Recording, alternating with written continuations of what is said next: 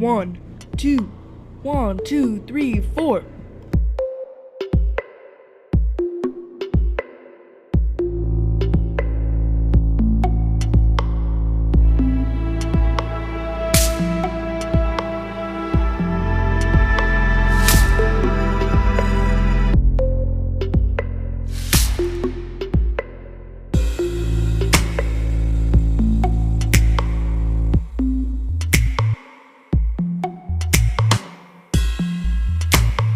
Kan pasti Iya. butuh energi Butuh energi. gitu kan ya. Ya, artinya butuh BBM kan gitu kan, kurang lebih mereka harus beli BBM yang industri kan gitu kan ya. Tapi yang pemain-pemain kecil nih gitu kan ya, pemain-pemain Receh-receh kecil ini yang yang- receh-receh yang bikin susah sebenarnya, Nakal mereka ini. nakal Iya. gitu kan ya. Mereka nggak mau beli BBM yang mahal, Iya. mereka maunya beli BBM yang murah. Jadi Jadi BBM yang kita subsidi itu, pemerintah subsidi itu diambil sama mereka. Ada yang kemudian menekan SPBU supaya kemudian ada jatah preman. Ada juga nanti yang orang-orang mungkin bicara mengenai istilah kencing itu. Itu semuanya udah kita capture sebenarnya. Misalnya dia itu ada tambang, pasti ada antrian yang luar biasa. Kalau ada perkebunan, pasti ada antrian. Apalagi wilayah yang punya keduanya. kita di Buton ini atau di Kota Bau-Bau sampai sekarang bilang macet itu antrian itu ada terus. Betul. Padahal kalau dipikir kita tabang nggak ada. Nah,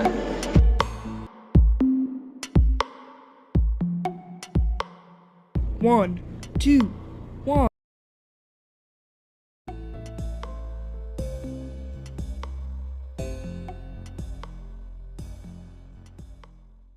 Perkebunan nggak ada.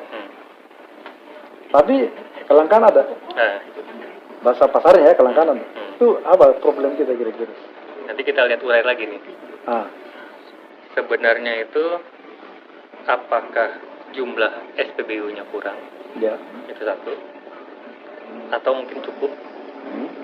Kemudian yang kedua adalah kira-kira yang kurang itu yang mana nih? Apakah yang jenis Pertalite? Apa yang jenis solar? Oke. Gitu kan ya. Kalau Pertalite itu jangan-jangan gitu ya. Kita lihat lagi nanti sekeliling. Apa ada yang jual nih yang di botolan-botolan? Kadang-kadang itu juga. Jadi orang mampir ke SPBU itu bukan niatannya buat ngisi mobil atau ngisi motor, tapi buat nampung, dituang ke botol, dijual ke pengecer. Iya. Gitu kan ya. Yang kedua juga tadi jumlah SPBU seperti apa? Apakah cukup? Gitu kan ya. Kalau misalnya tidak cukup, apakah ada yang mau berinvestasi untuk membangun SPBU? Kemudian yang berikutnya adalah dari sisi letak SPBU sendiri, Bang. Jangan-jangan gitu ya, lokasi-lokasi yang memang kita kerap lihat ada antrian, itu lokasi yang di jalan protokol. Dan kemudian SPBU-nya juga secara size, ukuran itu kecil. Kalau kita bicara mengenai asal ada truk aja gitu ya, truk itu ngantri 5 truk, itu langsung makan jalan antriannya. Padahal kalau kita hitung sebenarnya cuma ada antrian 8 atau 9 truk. Tapi karena kecil, manuver kendaraannya kurang. Gitu kan ya. Jadi ada beberapa macam aspek lah. Gitu. Berbagai macam aspek yang mengakibatkan adanya antrian-antrian seperti itu. Iya. Kemudian ada lagi satu juga wilayah-wilayah yang memang bisa jadi tidak ada tambang. Wilayah-wilayah yang tidak ada perkebunan tapi tetap antri. Tapi ini wilayah itu ternyata menjadi salah satu lintasan lintasan kendaraan yang panjang gitu kan. Misalnya saya ambil contoh di Palu gitu ya. Palu juga seperti itu Oh iya benar. gitu kan. Palu itu kan kalau kita dari Makassar Lewat situ dia. mau ke Gorontalo, Ah. mau ke Manado, kan lewat situ. Iya. Sama kalau kita bicara Jawa, Iya. Jawa itu tantangannya itu di Jawa Tengah. Karena orang dari Iya. Jawa Barat mau ke Jawa Timur, apalagi ada tol sekarang, Bang. Iya. Jawa Tengah itu selalu akan kerap kita temui antrian juga. Dan jadi ada aspek seperti itu juga. Jadi bisa jadi dari Bau-Bau kita mau main ke Pasar Bajo gitu ya, seperti itu juga. Orang akan mengisi di mana, tengah-tengah, itu bisa jadi nanti itu akan menjadi lokasi yang seolah-olah ada antrian kan. Kayak kita juga mobil-mobil di bawah-bawahnya antri kayaknya sudah dari mobil dari Buton Utara. Seperti itu kasusnya itu ya. Betul. Berarti SPBU kita yang kurang kali ya atau apa ya? Bisa jadi SPBU yang kurang, tapi harusnya sih kemudian memang kita harus mitigasi lah. Itu peran teman-teman, bukan hanya teman-teman Pertamina di sini, tapi Pemda juga kita lihat, itu kan. Apakah memang kurang atau bagaimana? Kita harus memikirkan itu. Soalnya bau-bau ini kan nggak lepas dari wilayah-wilayah sekitar. Iya. Gitu kan ya. Nggak mungkin yang ngisi bensin itu hanya di bau-bau aja. Pasti orang dari Buton juga sana. Orang dari Muna juga ngisi. Jadi itu banyak aspek lah Bang. Selama jalan sudah pada nyambung nih, daratan Nah itu antrian sudah mulai muncul. pasti. Di sini ada kalau tidak antri ke Lebaran. Lebaran itu tidak antri Lebaran. Tapi sehari sebelum Lebaran itu Antri. Jadi memang selama jalan sudah pada connect semua, Betul. itu udah mulai terasa. Itu apa ya? Suatu berkah sebenarnya kan, konektivitas. Iya. Tapi kalau kita tidak bisa antisipasi, itu nanti malah ada duri-durinya sana. Salah satu durinya tadi mengakibatkan kalau misalnya memang kebutuhan BBM tidak merefleksikan jumlah penyalurnya SPBU-nya, ya mungkin seperti itu. Atau bisa jadi tadi saya bilang ternyata SPBU yang di Buton itu kecil size-nya. Jadi 5 kendaraan masuk, 5 kendaraan sudah keluar. Dipotret, oh ini bikin macet nih, kan gitu kan. Itu juga bisa menjadi salah satu hal yang kita lihat, oh ini ada antrian gitu. Karena saya pernah ikut ribut sedikit ya, kira-kira 4-5 tahun yang lalu itu. Saya dari Pasar Wajo turun, macetnya kan gila, hampir 2 kilo di sini. Kalau sampai turun saya teriak-teriak kan. Terus teman-teman dari teman-teman Pertamina, saya sudah ngomong, kita udah ada terminal kita ini. Ada terminal berarti kan cukup kita ini. Itu masih macet begini, kenapa tidak bisa diberikan, tidak ada solusi? Ya malam ini sudah dapat jawabannya. Ternyata banyak faktor ya. Multifaktor dan memang peran pemerintah juga harus ada dan harus terlibat langsung ternyata. Sangat terlibat langsung. Ini masalah bukan hanya di Buton. Gitu ya. Nyaris semua wilayah. Mungkin cuma satu tempat yang mungkin kita jarang lihat gitu ya. Kalau misalnya dia itu memang daerahnya itu homogen. Ya kayak di mana, di Batam. Kan di kepulauan yang mungkin memang pulaunya itu kecil kan gitu kan ya. Itu mungkin kurang begitu. Kurang ya. Ya, inilah dinamikanya. PR juga. PR bersama lah ini. PR bersama. Ya masukan-masukan dari masyarakat kita butuhkan dan BPH Migas itu kita senantiasa turun ke lapangan, kita coba lihat, kita capture ini masalahnya apa, bagaimana kita ngatasinnya, gitu kan ya. Ya itulah dinamikanya penyaluran barang. Gitu. BBM itu kita bilang ini BBM itu ada singkatan ya. Apa? Barang-barang mumet. Jadi bikin mumet itu. Bikin mumet. Kepala kita. Oh iya. Terus ke depan apa? Planning ke depan di luar BPM Migas apa aja? Jadi ini sebenarnya kita itu masa bakti kami itu sampai 2025. Oh iya. Dan 2025 nanti akan ada semacam seleksi kembali gitu kan. Tentunya kita ingin waktu berakhirnya periode kami itu setidaknya ada oleh-oleh tanda mata lah ya. Buat BPM Migas. Buat yang akan menggantikan kami nanti. Oh iya. Gitu ya. Estafetnya. Oh iya. Kita berusaha keras sekarang bagaimana, sekarang kan era digital gitu kan, di era digital. Bagaimana kita mendorong digitalisasi terkait dengan distribusi BBM. Tadi saya bilang kan tadi ada agen yang tanah yang sangat bagi saya terobosan luar biasa gitu ya, mencoba mendigitalisasikan penyaluran yang tanah. Oh, itu produksi sendiri? Iya. Digitalnya dia buat sendiri? Dibuat sendiri. Oh ya? Dibuat sendiri. Canggih. Di mana itu? Ya, itu ada, saya lupa itu nama daerah tadi, saya lupa. Tapi saya cukup apresiasi gitu ya. Kecamatan Betuambari. Betong Barat. Iya, Betuambari. Betong Barat.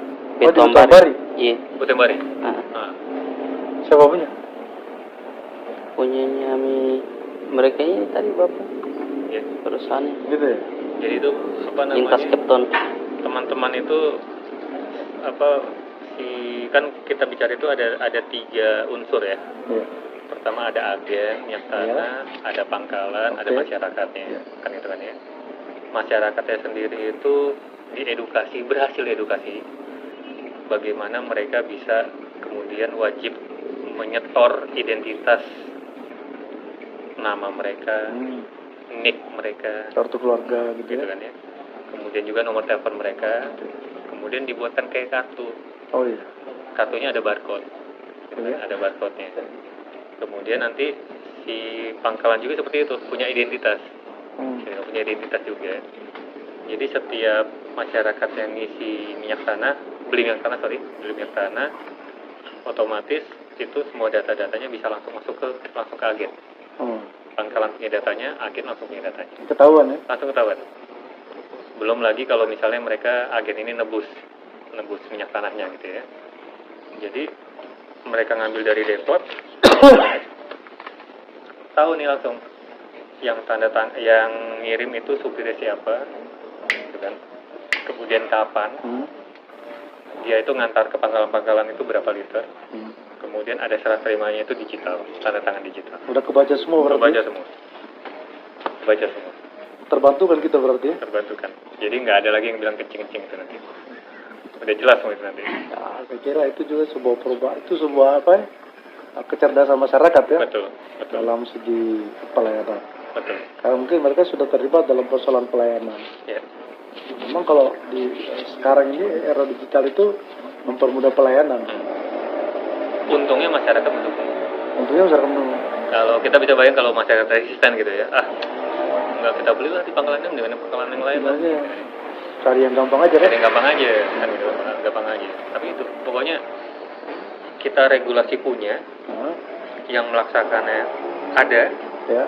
Tapi begitu masyarakat tidak mendukung, ya selesai. Susah. Kita itu BBM tadi. Jadi regulasi ada nih. Kemudian Pertamina-nya juga bagus misalnya gitu ya. Masyarakatnya masih bandel, ya gitu. Ya gitu-gitu aja. Benar. Jadi 3 aspek itu Bang Tony. Penting juga. Oke. Itu beberapa hal yang kita ingin punya legacy lah. Legacy baik gitu kan, legacy baik. Jadi siapapun nanti penggantinya ya tinggal enaklah menjalankan. Yang penting kan keberlanjutan. Jangan mentok di periode kami aja gitu kan. Terakhir kayaknya. Ini penting kayaknya. Iya itu. Kita bicara pasca itu. Pasca. Ya. Karena kenapa? Jujur aja kalau kita bicara unsur pemuda ya di Sulawesi Tenggara ini, saya pikir di 2024 ini kita bilang aja yang tua habis nih. Betul. Yang tua habis. Selesai nih. Mau dipaksain juga nggak mampu dia. Giliran kita ini. Artinya kita hadir di tempat saya anggap menjadi sebuah perwakilan. Sebuah perwakilan yang kita masuk kategori sukses ya. Bisa masuk di migas.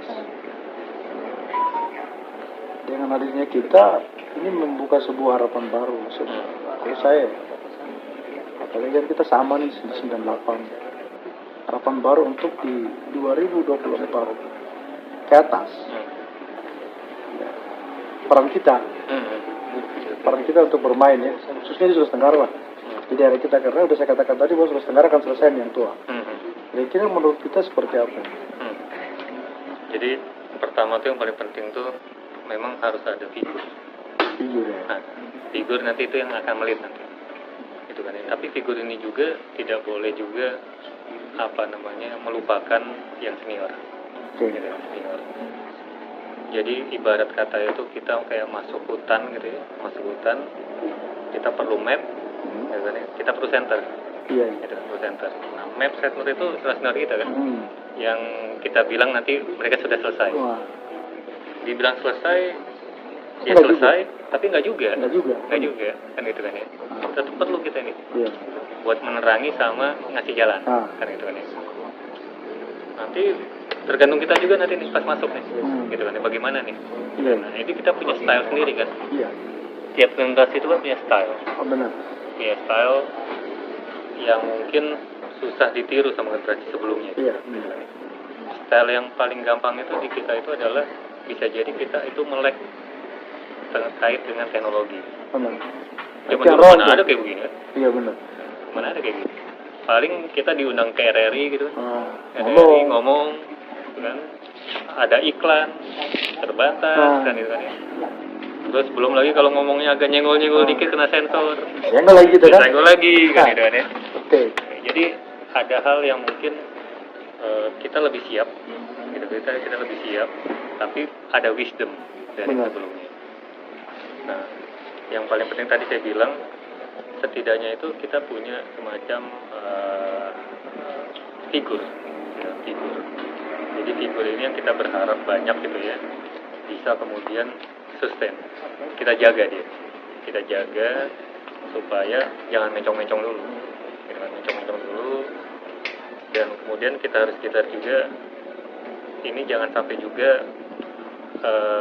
ya, biasa ya orang muncul langsung disantap kanan kiri karena mungkin orang lihat oh ini punya potensi nih, jadi kita jaga juga.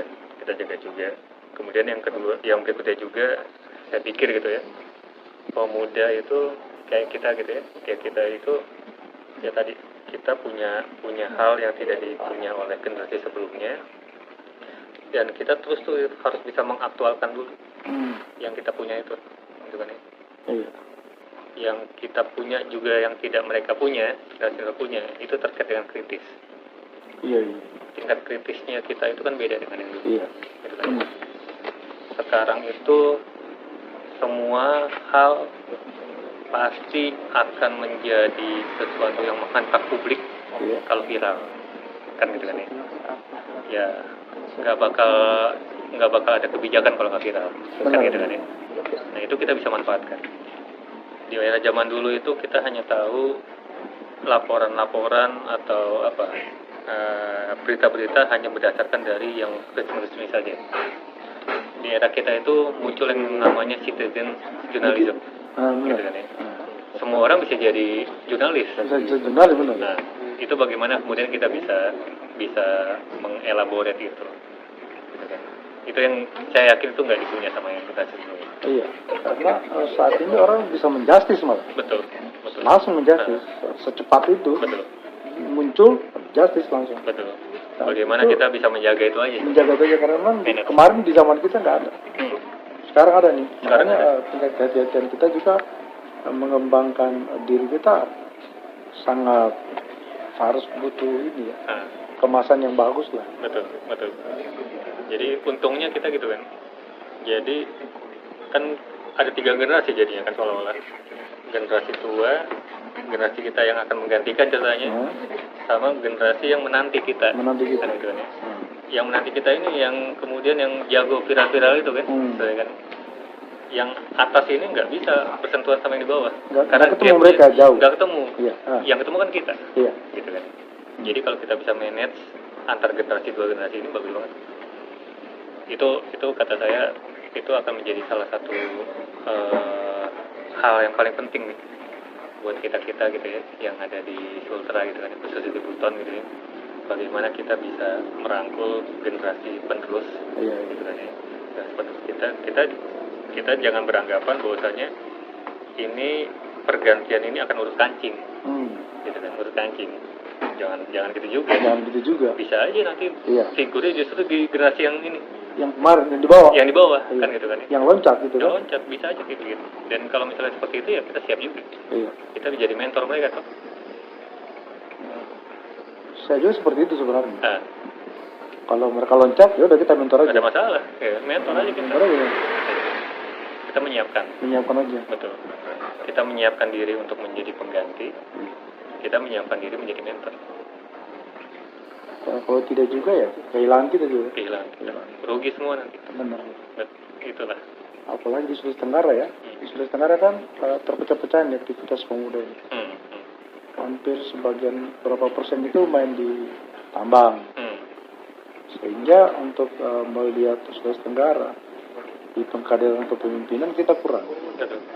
Udah terbukti sekarang kan?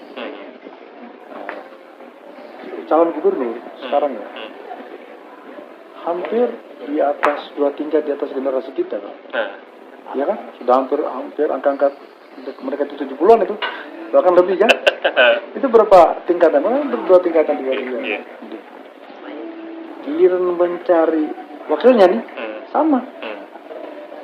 Nah, karena kenapa kita tidak terlalu setelah adanya tambang kita sudah tidak terlalu berfokus pada persoalan kepemimpinan.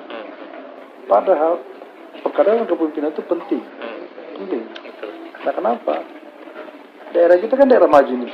Sulawesi Tenggara ini bukan lagi daerah yang sedang berkembang. Dia sudah menjadi daerah berkembang dan akan menjadi daerah maju. Kepemimpinan itu diharapkan memang di level-level kita. Yang kita berada di tengah. Nah, itu barangkali yang menjadi sebuah rujukan kita untuk kita bisa ke depan. Ya. Kita masih bisa mengambil alih itu. Betul. Ya, saya kira menurut saya seperti itulah. Kalau main bola kita gelandang. Kita gelandang lah. Kita gelandang ini. Jenderal lapangan tengah. Kita mainnya gimana nanti?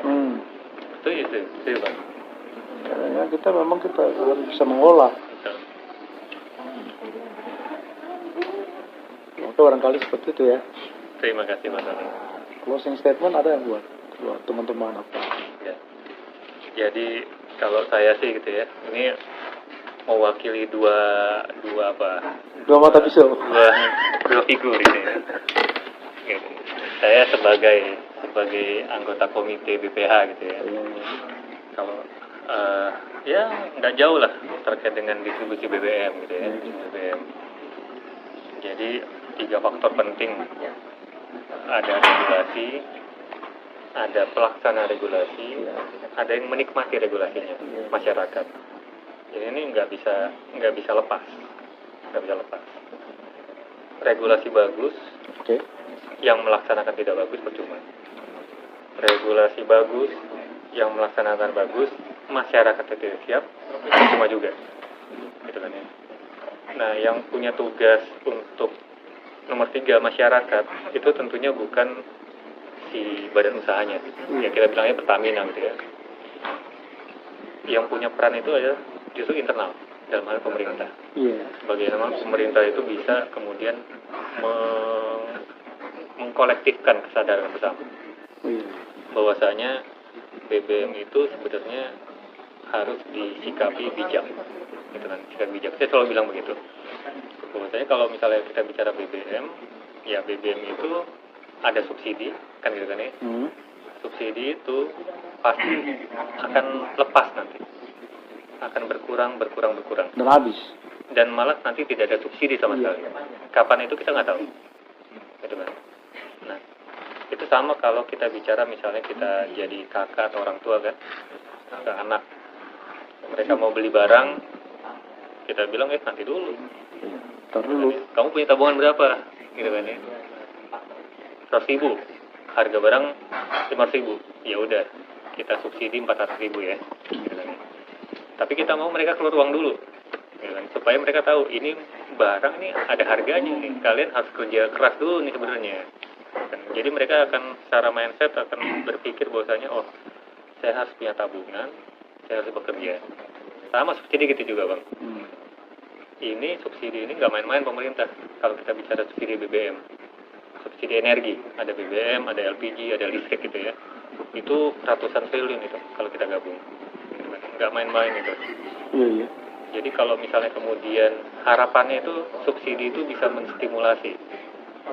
Bagaimana kemudian subsidi itu bisa menggerakkan masyarakat, bisa usaha sendiri, kan gitu kan ya. Nanti lama-kelamaan dia punya kapasitas untuk mempunyai uang lebih, maka kemudian dia maju ke tingkatan masyarakat yang lebih punya uang. di situ kemudian dia harus sadar dia tidak bisa lagi beli BBM subsidi. Nanti digantikan oleh masyarakat yang beranjak juga, mulai tumbuh. Gitu. Jadi ini kita bicara barang subsidi seperti itu. Itu kalau closing statement sebagai anggota komite. Kalau sebagai pemuda, gitu ya, pemuda khususnya saya yang orang tua juga dari Buton gitu kan ya. Buton ini prospek, gitu ya. Bau-bau ini prospek. Dulu saya tinggal di Priuk, gitu kan ya. Dulu kan kalau belum ada layan dulu kan. Jadi kalau kita mau orang tua dulu kan kalau dari Jakarta mau pulang kampung bau-bau itu kan naiknya Pelni kan. Pelni Kambuna lah, Rinjani, kan, Kerinci gitu kan. Itu dari Surabaya, Makassar, bau-bau. Nah bau-bau ini itu nanti kalau misalnya kita mau ke Ambon pastilah bau-bau. Kita mau ke Papua pastilah bau-bau. Jadi bau-bau ini memang sentral kan sebenarnya, sentral. Bau-bau ini bisa jadi kalau kita bisa sedemikian rupa baik, kita memanfaatkannya, bisa jadi akan kayak Singapura sebenarnya. Gitu ya. Jadi hub ya, hub. Jadi bagaimana kita bisa masyarakat gitu ya, kita bisa menjadi agent of change gitu kan ya, bisa memanfaatkan memanfaatkan letak bau-bau ini yang sangat seksi bagi saya untuk bagaimana mengembangkan bau-bau sebagai nanti kota modern. Sebenarnya banyak potensi sekali, banyak potensi. Nah, jadi yang potensi ini akan menjadi sia-sia kalau misalnya kita juga tidak bisa mengutilize atau mengaktualiskan potensi ini. Saya ambil contoh misalnya tanah. Jangan sampai nanti ada mafia tanah juga. Gitu kan ya. Pergerakan bau-bau menuju kota modern itu kan akan membutuhkan wilayah-wilayah yang lumayan masif. Iya benar. Pembangunan masif. Jangan sampai kemudian misalnya tata ruang itu kan terbuka ya. Iya. Orang tahu nanti di wilayah ini akan ada kawasan apa. Nanti datanglah orang dari mana beli tanah. Gitu kan, beli tanah murah. Tiba-tiba pas mau saatnya kawasan mau dibangun, baru tanah mahal. Iya. Tanah mahal, siapa yang mau bangun lagi nanti? Iya. Siapa yang mau bangun lagi? Nah, kita juga harus jaga itu. Jadi banyaklah hal yang kita harus kerjakan di situ. Kita kerjakan bersama. Dukungan antar generasi itu penting. Dan saya percaya juga tadi Bang Tony sampaikan, next itu ada generasi kita nih. Generasi kita itu harus bisa lihat berbagai macam tantangannya itu seperti apa. Kita mitigasi juga kegagalan yang pernah dilakukan oleh generasi sebelumnya. Itu menjadi pegangan catatan kita untuk perbaikan ke depannya. Gitu kan ya. Dan terakhir kita siapin juga yang generasi berikutnya. Kita jangan seolah berpikir yang menggantikan generasi nanti itu kita. Gitu kan ya. Kita harus siap juga jadi mentor. Jadi itu Bang Tony. Kita harus berjuang besar juga ternyata. Berjuang besar. Betul. Oke lah. Ya. Terima kasih atas